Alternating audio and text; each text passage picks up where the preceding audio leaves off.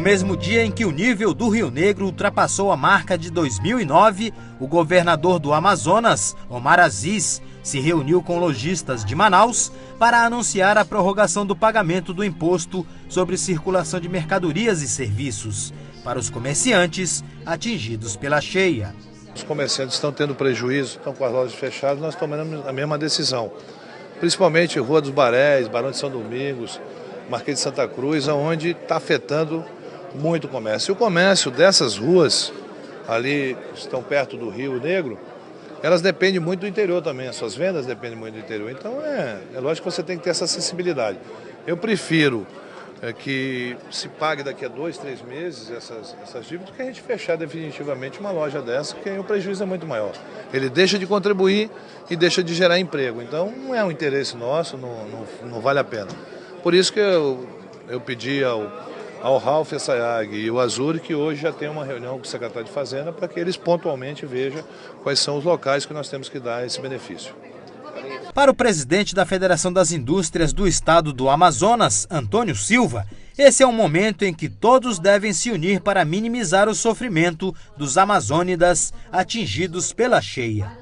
A realidade, a cheia já era previsível, esse ano já passou, o ano de 2009. Entendemos nós que no primeiro momento o impacto vai ter sim no atendimento às nossas famílias que se situam ainda, aquelas que não foram aquinhoadas com as casas do Prosamin e que o governador Omar deverá acelerar, como já mesmo divulgou na imprensa, as novas casas do Prosamin, para que nós possamos definitivamente abrigar essas pessoas que vivem em área de risco e dar-lhes uma condição de vida mais saudável, mais segura.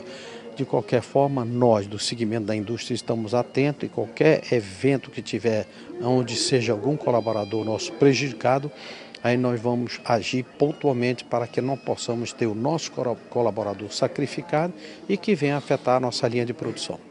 Omar salientou que o momento exige cautela, tanto para quem governa um estado com dimensões continentais como o Amazonas, quanto para quem gera emprego e renda na região afetada pela maior enchente dos últimos tempos. O que eu pedi hoje, numa reunião de todo o secretariado, é que todas as secretarias de atividade fim se concentrassem bastante nesses municípios, na cidade de Manaus. Pedi à Secretaria de Infraestrutura, SEDUC e Suzan, para que especificamente olhasse todos os prédios públicos dessa região, porque hoje tem várias escolas totalmente debaixo d'água, e essas escolas não foram construídas para que as suas fundações ficassem debaixo d'água. Então isso pode ocorrer um problema mais sério, né? Comprometimento da estrutura, Deus o livre, acontece um problema. Eu mandei hoje, determinei que fossem levados vários profissionais para analisar a estrutura. Então, uma escola que tem ginásio, uma escola, você quando faz a fundação faz uma área seca. Depois vem a água, os problemas, os prejuízos que pode acarretar isso, a gente nunca sabe. Então eu pedi para que fosse feito um estudo nos hospitais, nas escolas, todos os prédios públicos onde a cheia atingiu. Os comerciantes estão com dificuldades para transportar e armazenar mercadorias nos depósitos do centro de Manaus, que está com ruas interditadas por causa das alagações. O porto pode ser totalmente alagado se o nível das águas chegar a 30 metros e 13 centímetros como previsto. De acordo com as previsões do Serviço Geológico do Brasil, as águas do Rio Negro só devem começar a baixar no final do mês de junho. Os prejuízos para o comércio podem ultrapassar os 380 milhões de reais de 2009, porque o acesso por aqui continua complicado, tanto para os pedestres quanto para os motoristas que deveriam estar trafegando por aqui.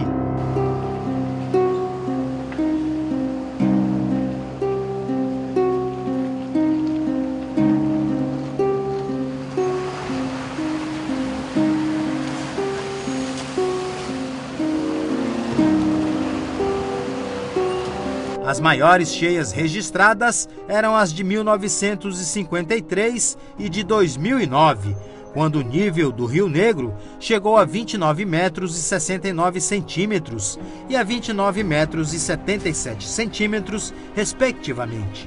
Somente no Amazonas já são 52 municípios em situação de emergência por causa da cheia. 3 com elevação do nível 3 para o nível 4, que é de estado de calamidade pública, estão sendo processados agora a sua elevação, em função de que a cota extrapolou já de 2009, então a proporcionalidade em cima desses municípios tem sido de uma maneira mais maciça, assim como também no Baixo Amazonas, que está sendo superada a cota de 2009. As últimas cidades a entrar para a lista da Defesa Civil do Estado foram Boa Vista do Ramos, Codajás, Maués e Uarini.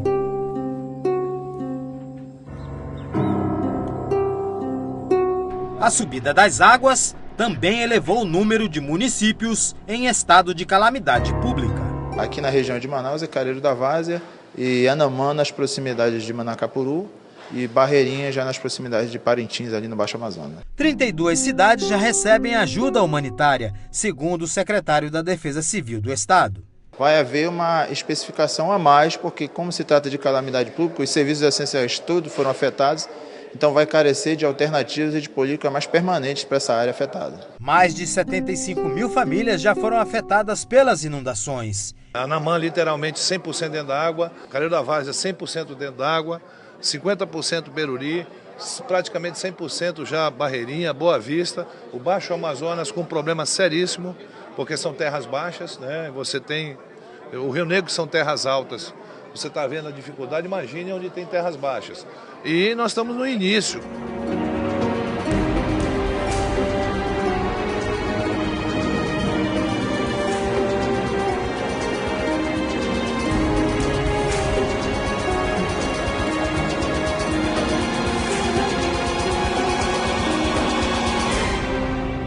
A notícia desagradável é que a gente bateu o recorde. Que recorde é esse? Esse recorde eu não quero bater.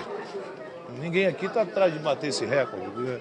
Então não é um recorde, é um desastre. Nós batemos o desastre na história, não é um recorde. Porque esse tipo de coisa a gente fica torcendo todo dia para ver se para e depois começa a baixar.